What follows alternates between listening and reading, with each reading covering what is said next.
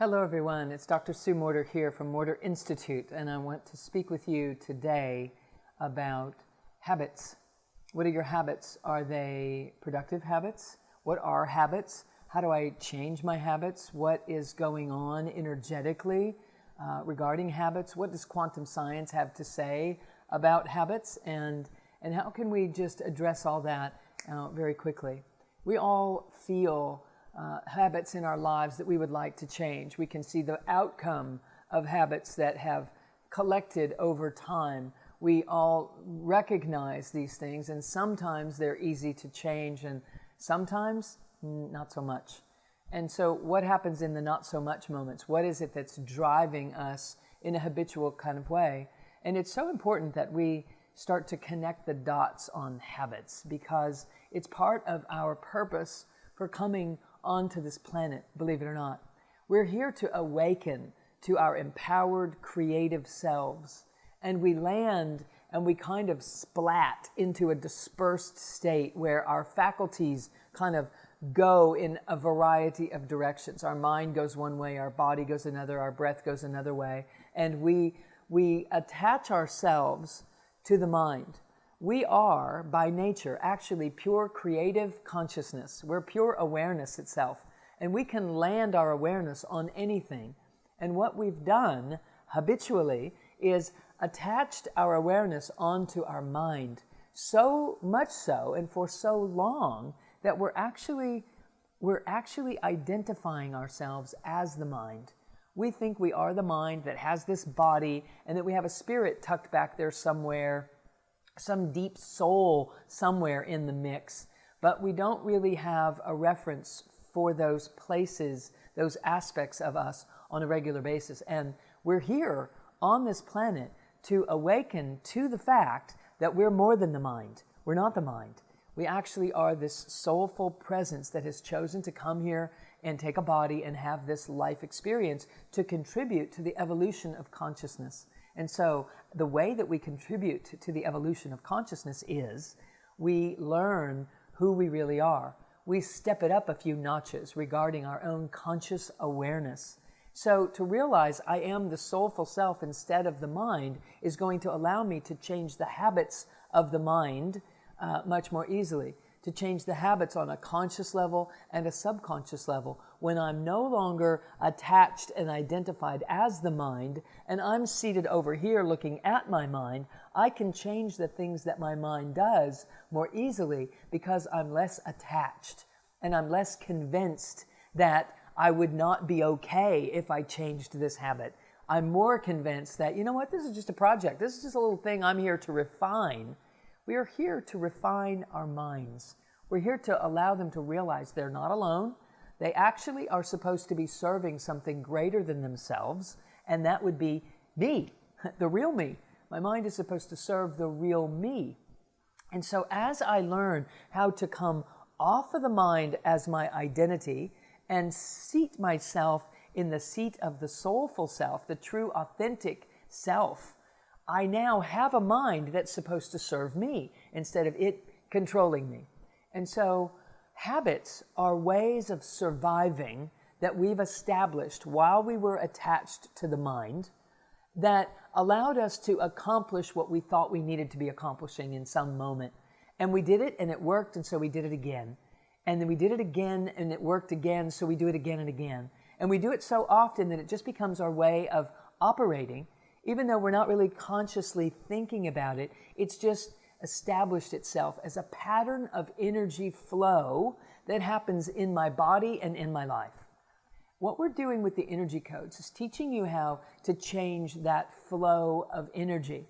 Because when the energy is flowing through our systems consciously and intentionally and robustly, it allows us to be more present, and in a present lucid moment, we can choose to operate differently than we historically would have chosen unconsciously, habitually.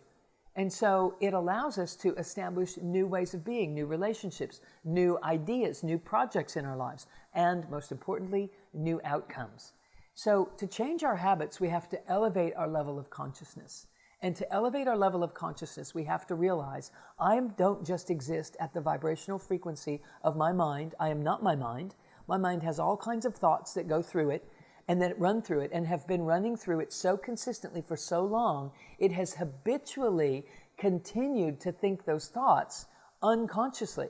Kind of becomes a knee-jerk reaction in life instead of a conscious, lucid decision. And so I'm now thinking these thoughts so long, I begin to believe them.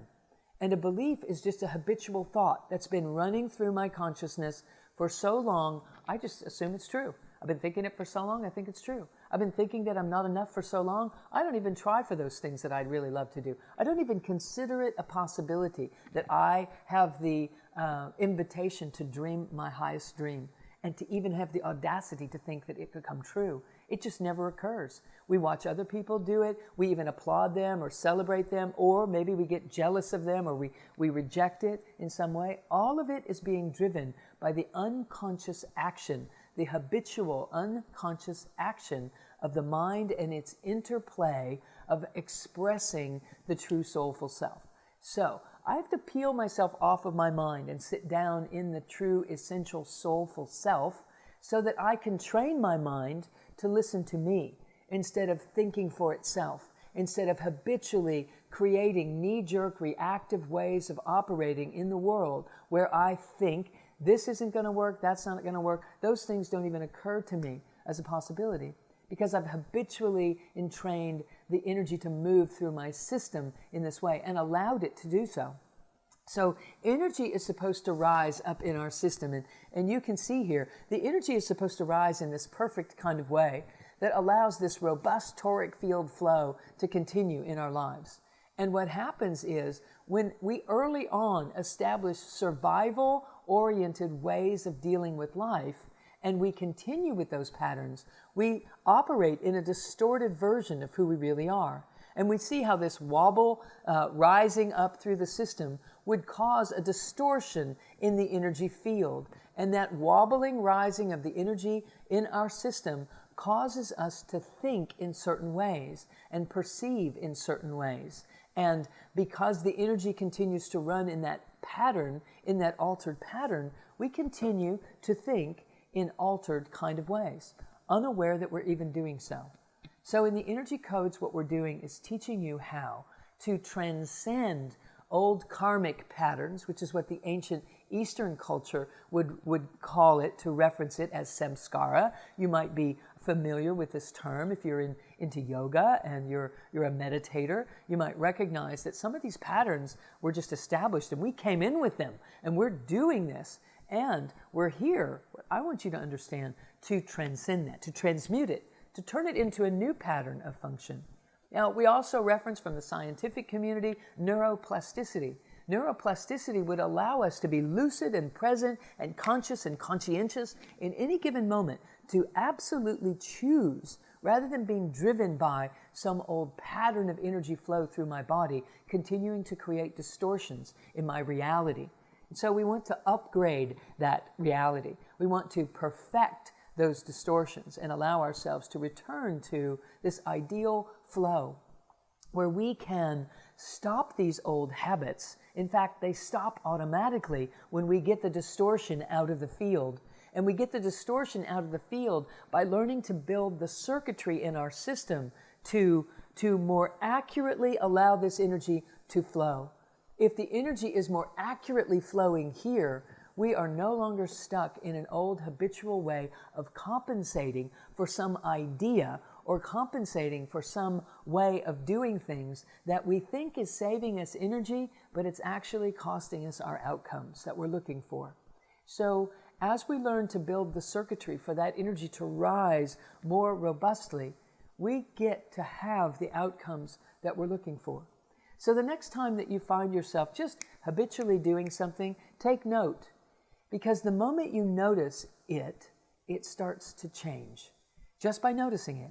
And as you'll see in the book, The Energy Codes that I wrote, a 7-step system to awaken your spirit and heal your body and live your very best life, what you begin to see in the book and what you definitely will learn in the coursework that I'm teaching is that you have the capacity to, in that moment where you catch yourself habitually doing something again, you can change it and shift it in an instant by taking your attention to the body and seeing where there is a charge. The moment you realize this habitual way of doing things that I'm caught up in again, and squeeze it back and start breathing up and down the whole central channel in the core of your body that you can certainly learn about.